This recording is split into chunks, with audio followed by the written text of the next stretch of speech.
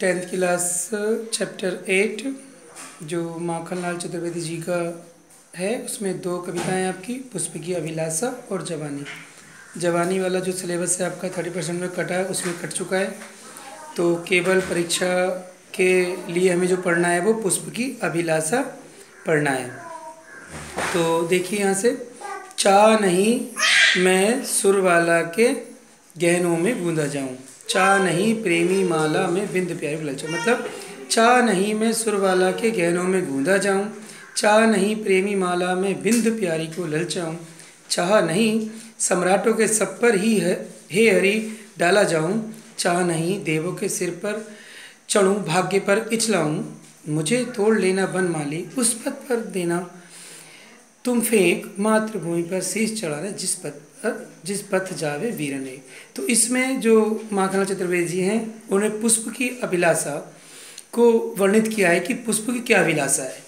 शुरू से दोबारा वन बाय वन पढ़ते हैं।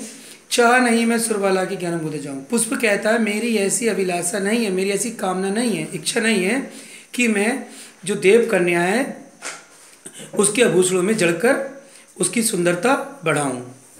चाह नहीं प्रेमी माला में बिंद प्यार ललचाऊं। और मेरी ये भी चाह नहीं है कि प्रेमी मैं माला में फूलों की माला मतलब माला में पिरोकर मैं प्रेमी को ललचाऊं, प्रेमिका को ललचाऊं। चाह नहीं सम्राटों के सब पर हे हरि में डाला जाऊं। हरि यानी भगवान के लिए, हे हरि हे भगवान मेरे हे ईश्वर, मेरी ये भी अभिलाषा नहीं है कि मुझे राजाओं के सब पर चढ़ाया जाए।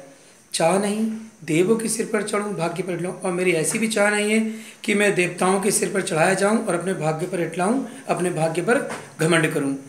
मुझे तोड़ लेना बनमाली उस पथ पर देना तुम फेंक।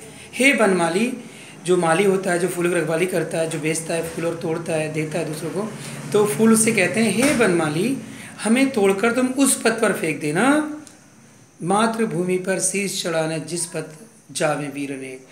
हम उस रास्ते में फेंक देना, तुम उस रास्ते में बिछा देना जहाँ पर मातृभूमि के लिए बलिदान होने वाले जो हमारे वीर जवान जाते हैं उनके पद पर डाल देना। उनके चरण स्पर्श से ही मैं अपने आप को धन्य समझूंगा। तो पुष्प के द्वारा पुष्प की अभिलाषा है कि मैं जो वीर हमारे सौभाग्यशाली वीर अनुभव होते हैं, वीर सिपाही हैं जो देश के लिए अपना बलिदान देते हैं, हमारे देश की रक्षा करते हैं, हम लोगों की रक्षा करते हैं।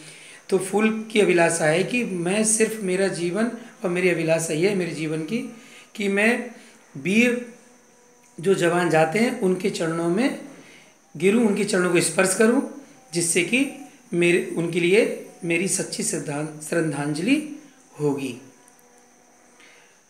बस यही आएगा आपके सिलेबस में, एक ही पैरा है इस कविता का, इससे आप याद कर लें। दूसरी वाली कविता जवानी वाली आपके सिलेबस में है नहीं, उससे आपको नहीं करना है। इसका संदर्भ कर लेंगे और संदर्भ में आपको पता ही है वैसे ही लिखना है। प्रस्तुत पद्यांश हमारी पाठ्य पुस्तक के काव्य खंड से पुष्प की अभिलाषा कविता से लिया गया है, जिसके रचयिता श्री माखनलाल चतुर्वेदी जी हैं, जो हिंदी के बहुत प्रसिद्ध कवि रहे हैं। और प्रसंग में वही लिखेंगे कि इस पद्यांश में कवि ने